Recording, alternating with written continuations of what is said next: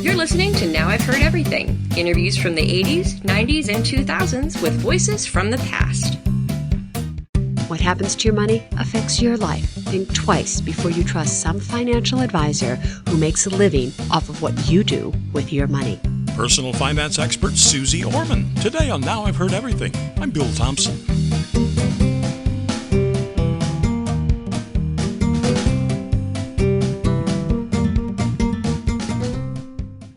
Well, we all know about the laws of physics, the laws of nature, but are there laws that govern what happens to our money?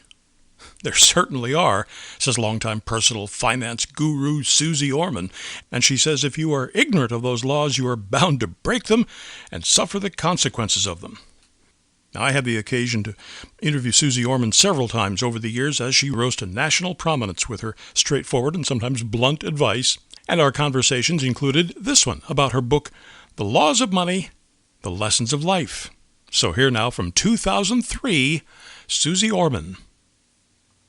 How many thousands of finance books, not just my own, but thousands of finance books have been written over the past few years, telling you how to buy a stock, when to buy a stock, how to pick a mutual fund, how to do this, how to do that.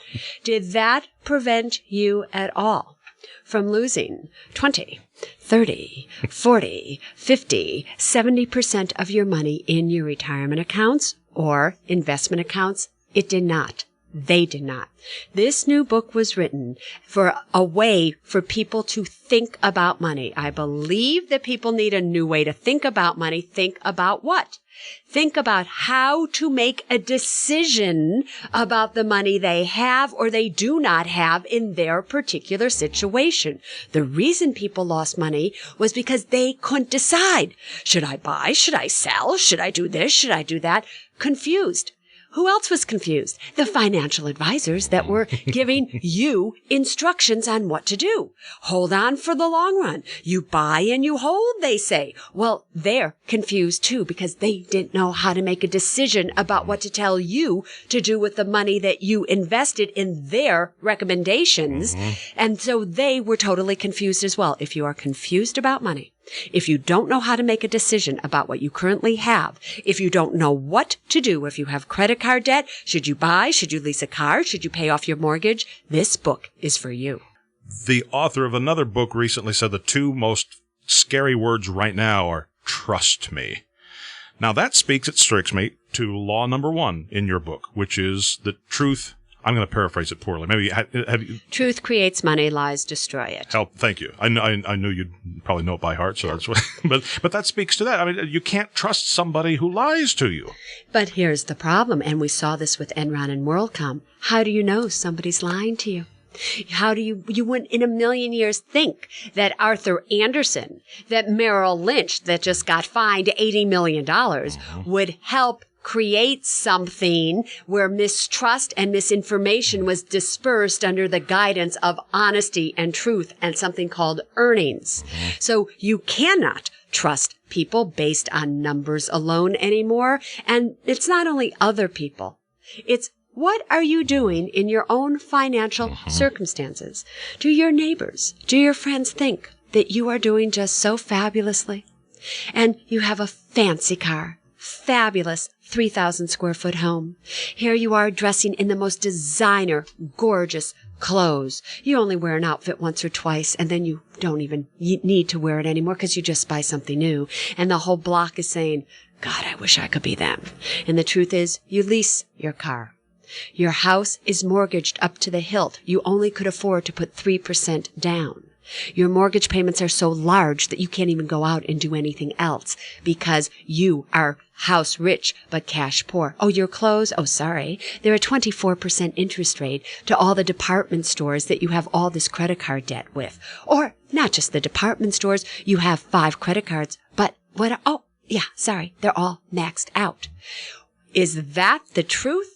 Or are you showing the world who you want to be, and who you're lying to is yourself, that you think you can afford these things? And now here you are, and you get a call saying, sorry, our corporation is downsizing right now and you've just lost your job. And here you are, one paycheck away from bankruptcy, but yet the truth is you don't have a pot to pee in, and the lie is to everybody else and yourself, look how great you're doing. Yeah, frankly, after reading that chapter in your book, I'm far less scared of somebody else lying to me than I am about the lies I tell myself. And we do tell lies ourselves. And we don't tell lies to ourselves because we're bad people. We tell lies to ourselves about money for one very simple reason. We want to define ourselves by the things we have around us. Our car defines us. Our house defines us. Our job title defines us. But the problem is they don't define us. You have got to understand that you define who you are by not what you do or how much you have. You simply are a viable, good human being because you are on this earth, hopefully not hurting anybody else, and that therefore you have to define the things that you have. The things that you have will never define you. I'm sure you must meet people every day who say, oh, if only I could go back to 3 years ago. I had so much stock. It was worth so much money. I'll get back there someday. Well, you know who's really probably saying that right now? Probably Martha Stewart. Probably Ken Lay.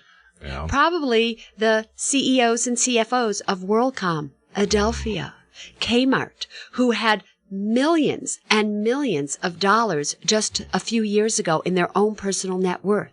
And yet they built that net worth on a foundation of lies.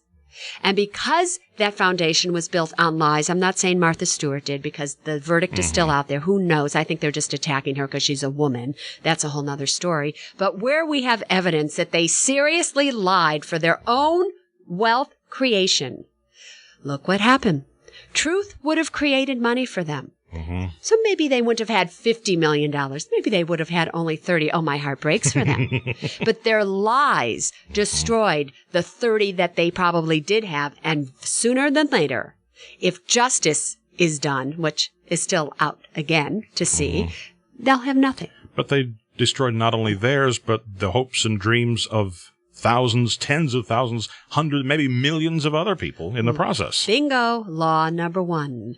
Not only do lies destroy your own money, your own lies, other people's lies as well destroy your money. So you have to be careful, because if you hang out or have your money invested with what I call a financial law breaker, eventually, sooner than later, it will come back and affect you personally. And that leads us into law number 2, which is you can't continue to plan on what you had before, because in many cases, the case of people you meet every day, that's gone now. They'll never get it back. Even though these laws sound very simplistic in nature, sometimes people say to me, Susie, what are these laws? These aren't laws. These are just words put together. Oh, no, my friends. These are laws that if you violate any of them, when you violate a law, you hurt yourself. If you get caught, and you do when it comes to money, because money is the police person of your own life. So you will get caught. So why is it that you bought Lucent at 80 and you watched it go from 70 to 60 to 77 cents? Or you bought a mutual fund that you have held on to from all the way from 50 down to 10? Because you continuously look back rather than forward. You look back at what you had, not at what you have. You've been told you invested in the stock market for the long run. Look at what you had. Don't pay attention to what's going on. One day again in the future, it will be okay. Oh, give me a break. American Airlines, $60 a share. Let's say you just purchased it 2 years ago at $60 a share. That's what you had. Today, you have an airline worth $2 a share. And the reason that you're holding on is because of what you had, not because of what you have. In the book, I give you complete instructions how to look at what you have, how to make a decision. Should you keep it? Should you sell it? Should you sell half? How do you make decisions from what you have and where you are right now, which all that matters, to get to where you want to go in the future? If you keep looking back in your investment rearview mirror and you're not looking forward, you're looking back, you're going to become a financial wreck. sooner than later. Now, everybody who just heard you say that American Airlines is $2 a share, there are folks out there who are saying, wow, I could buy a bunch of shares. It's bound to go up. Now, I'm having a little trouble meeting my mortgage payment right now. I'm 2 car payments behind, and I don't know what I'm going to do for my kids' college, but by golly, I want some of that stock. Yeah, well, go ahead and get it, because the people who are trying to sell that stock would just love for some sucker to come in and give them $2 a share for it right now. You do not fight the tape. What do I mean by that? When the market itself is going down, there aren't any bargains out there. You wait until a stock has turned around, starts to go back up, the momentum is up rather than down, and then you get in. I particularly would like to buy a stock that's high and buy higher and continue to buy as it goes up, not as it goes down, because you have a stock like AOL, $55 a share year and a half ago. All of a sudden, $40, $30, $20. Here we are at $10. Was it a bargain when it was at $25, 50% off that $55 high just a year or so ago? You betcha it was, until it went to 10. So do not fight the tape. You wait until a stock has the momentum going in the right direction, then you get on. And it will take you as high as it's meant to go. You try to bottom fish here, you're going to get some stock that's eating crap that's on the bottom of the bowl here. And to follow the law of invest in the known before the unknown, let's worry about the mortgage payment, getting caught up on the car payment, and start your retirement fund. Then worry about bottom feeding for $2 stock. Yeah, that's law number 4. And what's very important about law number 4 is it goes directly against what most financial advisors will tell you. They will tell you, do not pay off your mortgage payment. It is the only tax write-off you have. Why buy a car, lease a car? It's a fabulous way to get a tax write-off. We are in very, very uncertain times. Whether it's a geopolitical risk with a war on Iraq, whether or not we're scared to death, and we should be, of another attack here on our homeland, whether or not it's another announcement that some corporate scandal has come out, whether or not the economy is even worse off than we thought, because we're not $200 billion in deficit, we're $400 billion in deficit after we go to war. And it's not just that we have 8 million jobs lost at this point in time. Maybe it's worse. Who knows? We have so many unknowns out there. Why in the world, given the fact that most of us don't have much extra money to pay or have anyway, why invest your money in a stock market or in a situation like the stock market that is totally unknown as to what can happen? Even today, right before I came here, the market was doing just fine. Then there was an announcement that President Bush is going to speak tonight, down 110 points in just a matter of seconds. Geez. Every time Colin Powell or somebody comes on, the market reacts. So what I'm saying to you is, why invest in the unknown, the stock market, at this point in time when there's certain things we know that you have going on? We know that you have at least probably $8,000 of credit card debt, which is what the average American family has. We also know it's at an average interest rate of 17.49%. You want to guarantee yourself a 17% return on your money without any risk whatsoever, year in and year out for a few years? Pay off your credit card debt. Oh, you have a car loan at 6 or 7%. Want to guarantee a 6 or 7% return to you? Pay off your car loan. Oh, now you've paid off your car loan, paid off your credit card debt. You have an emergency fund. Now you also own a home that you know you're going to stay in. Well, wouldn't it be nice for you to own that house outright sooner than later? Because when the day comes that you retire and you don't have the money to pay those mortgage payments, what are you going to do? And what are you going to do to pay those mortgage payments? Your 401ks are cut in half. Even if you had all your money in your 401k, where are you going to invest it today at 1 or 2% to generate income for you? Corporations aren't paying for health insurance anymore. Insurance costs are going up. Medication is going up. Your gas bills are going up. Utility bills are going up. Let's look at reality here. So, since you can't get your money to do more, let's ask your money to do less. Pay less bills. When you get rid of your known expenses, your car payment, your credit card payment, your mortgage payment, then you're sitting pretty. Talk to me just briefly about how September 11th added to the chapter, the law on here on doing what's right for you before you do what's right for your money? Very quickly after 9/11 happened, I had been contacted by a woman who lost her husband. She was one of the firefighters' wives, and was very afraid because many of the wives of the firefighters were getting all kinds of advice with all this money now that they had gotten, many of them $1 million or more, and they didn't know what to do. So I came in and I spoke to all of them. It was just all of us, no press. Nobody even knew we were doing it at the time.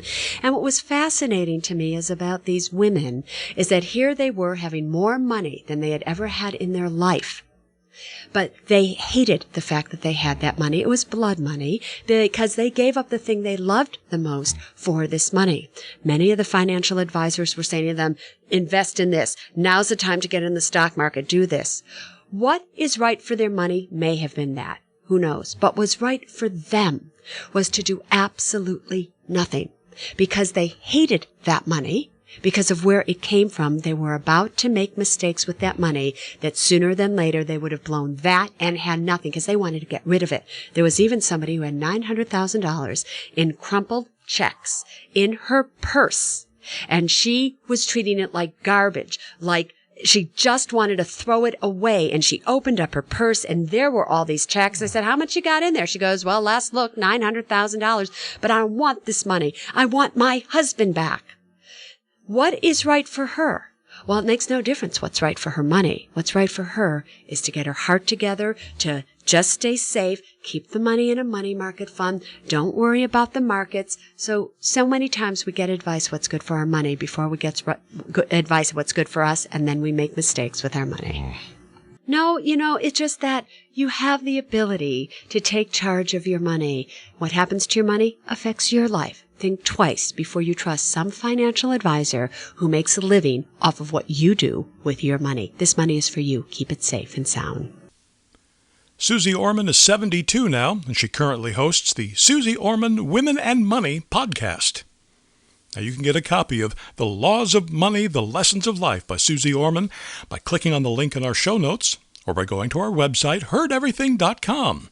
We may earn an Amazon commission if you make a purchase. Now, heardeverything.com is where you'll also hear my 2003 interview with someone else who knows something about the laws of money and the laws of success, real estate developer and Shark Tank panelist, Barbara Corcoran. A point of difference in the business world is always an advantage, even sometimes when it's a bad point of difference, because it gets you noticed.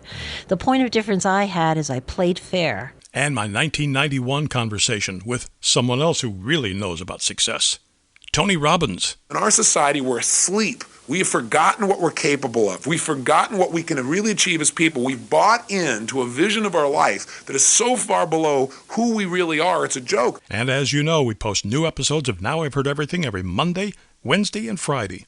And you can find us anywhere you listen to podcasts. Maybe even some places you don't listen to podcasts. Let me know. And thanks so much for listening. Next time on Now I've Heard Everything, he had a decades-long career in show business, in the theater, in movies and television, mainly because he didn't look like anything, according to one casting director. My 1991 conversation with veteran actor Hume Cronin. Psychiatrists would say I led a very rich fantasy life. And when you're alone, you do. You do a lot of dreaming, and the next thing to dreaming is pretending, and pretending is acting. That's next time on Now I've Heard Everything. I'm Bill Thompson.